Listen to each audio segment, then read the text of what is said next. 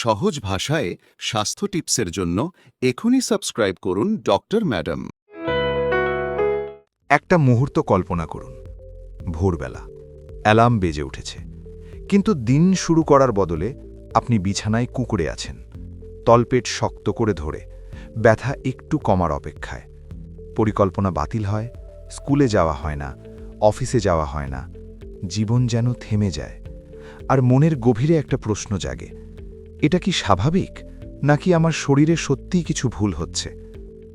আজ আমরা কথা বলছি পিরিয়ডের ব্যথা নিয়ে, যার চিকিৎসা বিজ্ঞানের নাম ডিসমেনোরিয়া। কেন এই ব্যথা হয়, কখন এটা স্বাভাবিক, কখন সতর্ক হওয়া দরকার, আর সবচেয়ে গুরুত্বপূর্ণ, এই ব্যথা কমানোর উপায় কি? এই স্ক্রিপ্টটি লিখেছেন এবং রিভিউ করেছেন doctor Shreyasi Chatterjee, MRCP UK, medicine specialist, diabetes and hormone specialist. তথ্য সংগ্রহ করা হয়েছে মেয়ো ক্লিনিক, ক্লিভল্যান্ড ক্লিনিক এবং NHS ইউকে এবং অন্যান্য বিশ্বস্ত চিকিৎসা সূত্র থেকে। শুরু করার আগে অনুরোধ, এই চ্যানেলটি সাবস্ক্রাইব করতে ভুলবেন না, যাতে সহজ ভাষায় বিজ্ঞানভিত্তিক ডাক্তার রিভিউ করা স্বাস্থ্য বিষয়ক ভিডিও পেয়ে আপনি নিজের শরীরকে আরও ভালোভাবে বুঝতে পারেন। চলুন ধীরে ধীরে শুরু করা যাক। পিরিয়ডের ব্যথা কেমন অনুভূত হয়? অনেক নারীর ক্ষেত্রে পিরিয়ডের ব্যথা অনুভূত হয় তলপেটের গভীর অংশে মোচড় দেওয়া যন্ত্রণার মতো।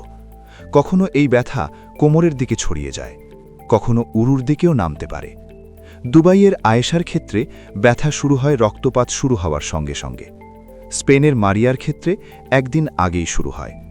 লন্ডনের এমিলির ক্ষেত্রে হয়তো একদিনেই শেষ হয়ে যায়। আর ভারতের রিনার ক্ষেত্রে 2 থেকে 3 দিন পর্যন্ত চলতে পারে।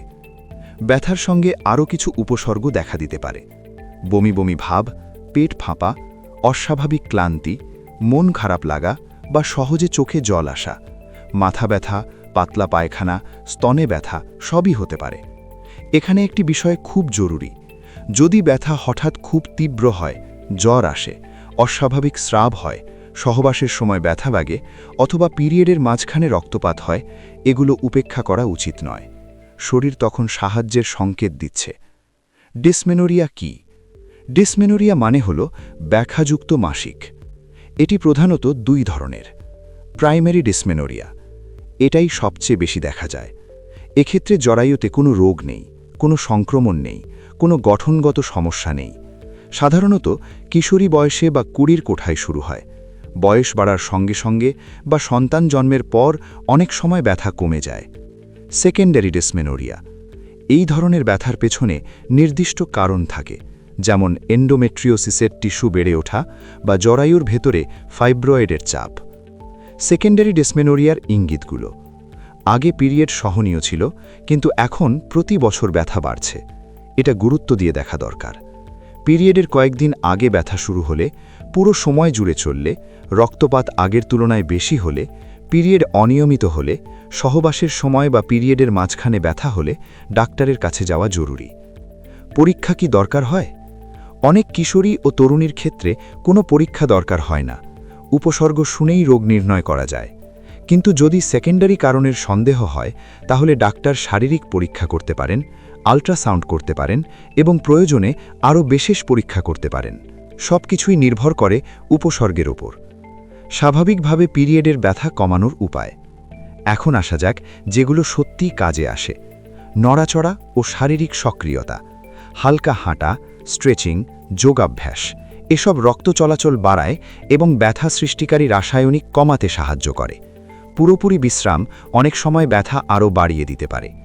গরম সেঁক ব্যবহার, তলপেটে গরম জলের ব্যাগ কিংবা গরম জলে স্নান, সহজ, আরামদায়ক এবং অনেকের জন্য খুবই কার্যকর।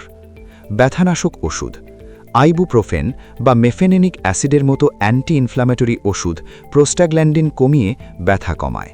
প্রায় 10 জনের মধ্যে 7 জনের ক্ষেত্রে ভালো কাজ করে। সবচেয়ে গুরুত্বপূর্ণ বিষয় হল সময়। ব্যথা শুরু হওয়ার সঙ্গে সঙ্গে খাওয়া, প্রথম 2-3 দিন নিয়মিত নেওয়া। যদি এই ওষুধ খাওয়া সম্ভব না হয়, প্যারাসিটামল নিরাপদ বিকল্প। প্রয়োজনে 2টো একসাথে নেওয়া যায়, সঠিক মাত্রা মেনে। হরমোনাল চিকিৎসা, কম্বাইন্ড হরমোনাল কন্ট্রাসেপটিভ, পিল, প্যাচ বা রিং পিরিয়ডের ব্যথা ও রক্তপাত অনেকটাই কমিয়ে দেয়। চাইলে বছরে কম সংখ্যক পিরিয়ড রাখারও সুযোগ দেয়। হরমোনাল আইইউএস বা কয়েল জরায়ুর ভেতরে অল্প হরমোন ছাড়ে, যার ফলে পিরিয়ড হালকা হয় এবং ব্যথা কমে। প্রোজেস্টেরন অনলি পিল, ইনজেকশন বা ইমপ্লান্টও অনেক নারীর ক্ষেত্রে উপকারী। টেন্স মেশিনস, যারা ওষুধ ব্যবহার করতে চান না তাদের জন্য টেন্স মেশিন একটি বিকল্প। এটি স্নায়ুর মাধ্যমে ব্যথার সিগন্যাল কমিয়ে দেয়। সবার ক্ষেত্রে কাজ নাও পড়তে পারে, কিন্তু কারো কারো জন্য এটি সত্যিই উপকারী। সেকেন্ডারি ডিসমেনোরিয়ার চিকিৎসা।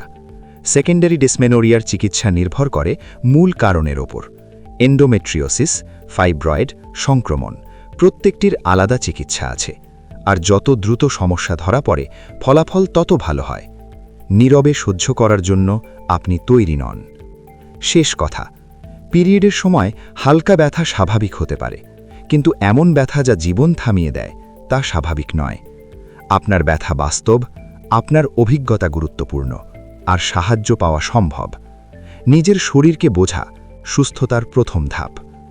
এই স্ক্রিপ্টটি লিখেছেন এবং রিভিউ করেছেন doctor Shreyasi Chatterjee, MRCP UK, medicine specialist, diabetes and hormone specialist. তথ্য সংগ্রহ করা হয়েছে মেয়ো ক্লিনিক, ক্লিভল্যান্ড ক্লিনিক এবং NHS ইউকে এবং অন্যান্য বিশ্বস্ত চিকিৎসা সূত্র থেকে।